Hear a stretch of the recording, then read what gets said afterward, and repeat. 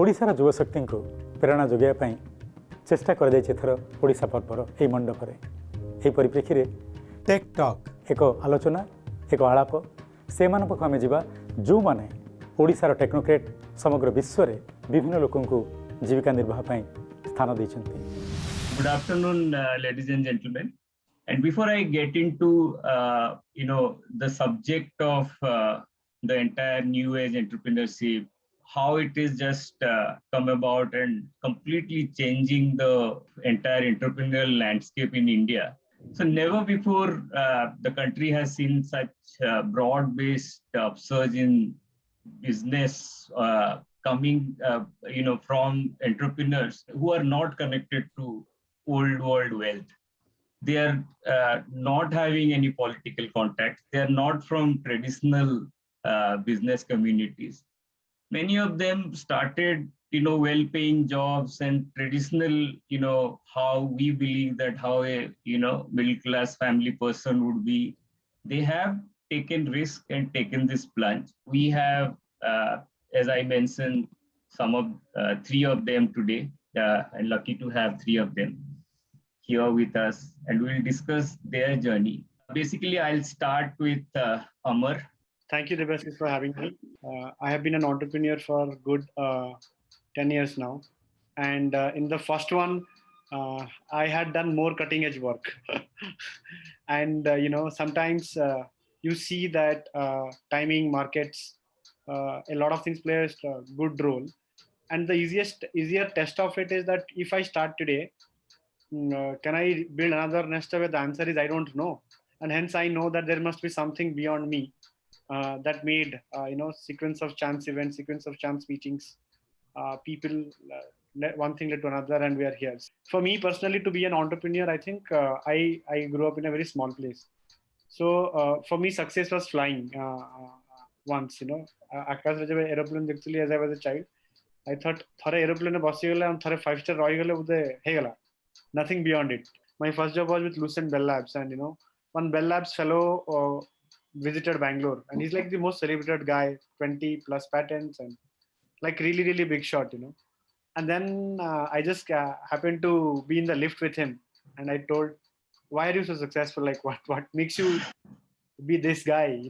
What is so good about you? I want to be you, And I think, as I said, it's luck, right? I think she could have told me that you cannot be me, and I'm stuck in my same IT job trying hard to be him, or he said, yeah, anybody can be me. It's just like, if you care about your work and don't care about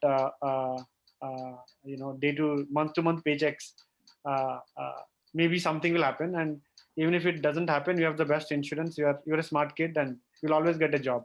So I wrote exams. I got to IIM Bangalore, and I started my company there because to me that was a 2-year non-judgmental break. Nobody's going to ask you questions. What are you doing? It's like nobody's looking at you.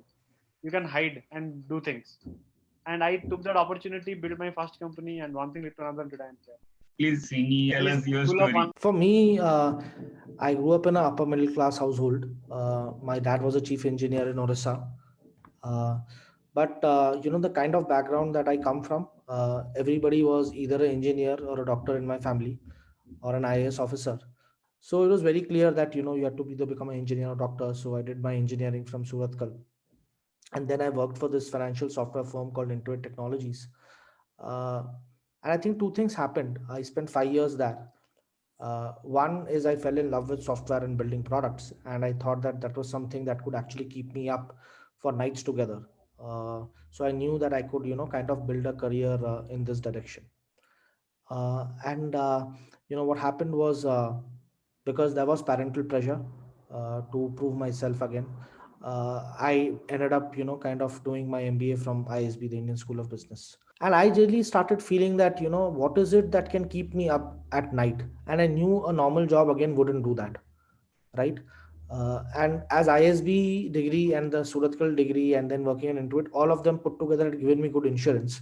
So I knew that even in my worst case, if things don't work out, I can actually, kind of take up a job. Then when I started actually, kind of exploring ideas and working, then actually it opened up my mind a lot more. And I realized that what really, drove me throughout was not money was not, I would say, even accolades, right? What drove me was the fact that if I can create something, right, that can outlast me, that can impact the world, then everything else will fall into place. And that So has that been my philosophy of entrepreneurship throughout. I'll come over to Vivek. Like any entrepreneur, just telling the background about how you got there itself is a pretty long story. So I'll try to make it as short as I can. The entrepreneurship part was sort of trivial because I and my brother, we are just a year apart. And so we were very good friends from our childhood. We always wanted to do things together. And it was our childhood dreams also to actually be in business together. But like it happens in in most families, that when we graduated out from engineering, we both got jobs. So we both got into jobs, and I was interested into IT, and a year later I moved to IT.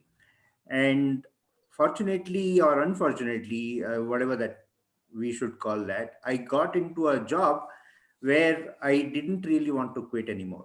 There were a few reasons. The reasons was that the sort of work that I was doing was actually impactful. We were, I mean, the air itself was telling you that there is a significant commitment to the nation. But I had to anyway quit in early 2000. And then I came to Bangalore, I think in the year 2006.